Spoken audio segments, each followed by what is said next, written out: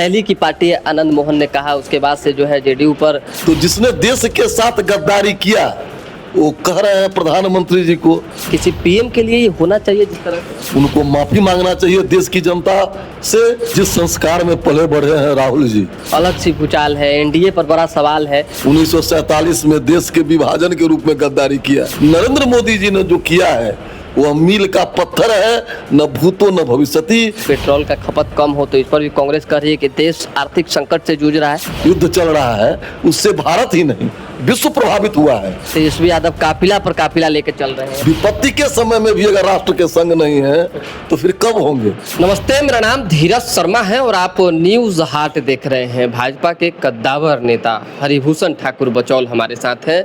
प्रधानमंत्री नरेंद्र मोदी के लिए जिन शब्दों का प्रयोग राहुल गांधी ने किया, मल्लिकार्जुन ने किया, ये कहीं ना कहीं बड़ा दुर्भाग्यपूर्ण था। और गद्दार शब्द का जो प्रयोग हुआ, आप लोग भी बहुत आहत है।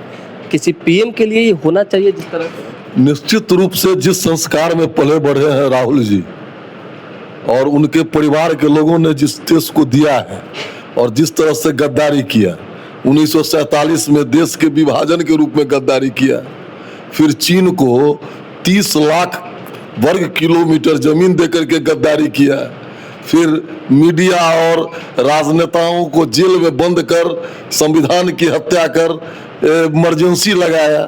तो जिसने देश के साथ गद्दारी किया वो कह रहे हैं प्रधानमंत्री जी को, लेकिन देश और दुनिया जानती है कि नरेंद्र मोदी जी ने भारत को प्रत्येक क्षेत्र में, चाहे वो गरीब कल्याण का क्षेत्र हो, चाहे विकास का क्षेत्र हो, चाहे विज्ञान का क्षेत्र हो, चाहे विश्व में प्रतिष्ठा का क्षेत्र हो, किसानों के लिए, नौजवानों के लिए, महिलाओं के लिए नरेंद्र मोदी जी ने जो किया है वह मील का पत्थर है, न भूतो न भविष्यति। न आज तक कोई प्रधानमंत्री इस देश के लिए किया था और न कर पाएगा शायद। इसलिए उनको माफी मांगना चाहिए देश की जनता से। 100 बार अभी तक उनके नेतृत्व में कांग्रेस हारी है और मिट्टी में मिल जाएगी उनके इस बयान से। ये भी ऐसा है क्या कि जिस तरह से प्रधानमंत्री ने कहा कि भाई पेट्रोल का खपत कम हो तो इस पर भी कांग्रेस कह रही है कि देश आर्थिक संकट से जूझ रहा है, एक बार धराम से सब कुछ गिर जाएगा। तो फिर क्यों कांग्रेस के प्रधानमंत्री आदरणीय लाल बहादुर शास्त्री कहते देश की जनता को कि एक सप्ताह में एक शाम मत खाओ? क्यों 12 में 13 में चिदम्बरम जी रात में पेट्रोल बंद हो गया था? एक प्रधानमंत्री जी ने अपील की है कि वैश्विक संकट है, दुनिया में संकट है और थोड़ा हम सचेत हो जाएं। तो इसको अपना ढंग से व्याख्या करना एक कहीं से उचित नहीं है। हम सभी जानते हैं कि पश्चिम एशिया में जो हो रहा है, युद्ध चल रहा है, उससे भारत ही नहीं विश्व प्रभावित हुआ है। लेकिन आप अगर देखेंगे कि पेट्रोल डीजल की खपत मूल्य वृद्धि तो दुनिया में जहाँ 30%, 40%, 20% तक हुआ है, हमारे यहाँ मामूली वृद्धि हुआ है। तो इन लोग को चूंकि हताश और निराशा में है, बार बार चुनाव हार रहे हैं विपक्ष। राहुल जी के नेतृत्व में 100वां शतक लग गया हार का।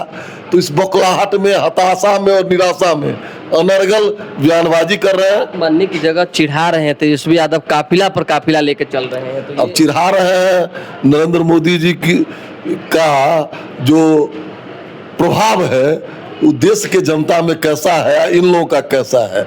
इसीलिए इस पर उन्हीं लोगों को रहने दीजिए। ये लोग स्वयं अपने पैर में कुल्हाड़ी बांध रहे हैं। विपत्ति के समय में भी अगर राष्ट्र के संग नहीं है तो फिर कब होंगे, ये जनता सब देख रही है। अच्छा, एक आखिरी सवाल है। अभी बिहार की राजनीति में अलग सी भूचाल है, एनडीए पर बड़ा सवाल है।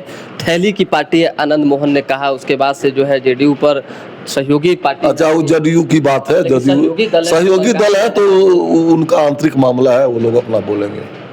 चलिए, हरिभूषण ठाकुर बचौल ने स्पष्ट तौर पे कहा है कि जिस तरह से राहुल गांधी ने बयान दिया है ये वाकई दुर्भाग्यपूर्ण है और लगातार कांग्रेस राहुल गांधी के नेतृत्व में हारती रही है, आगे भी हारती ही रहेगी। तो दोबारा जुड़ेंगे। फिलहाल अभी के लिए हमें इजाजत। हमारे साथ बने रहें, देखते रहें न्यूज़ हाट। बहुत बहुत धन्यवाद।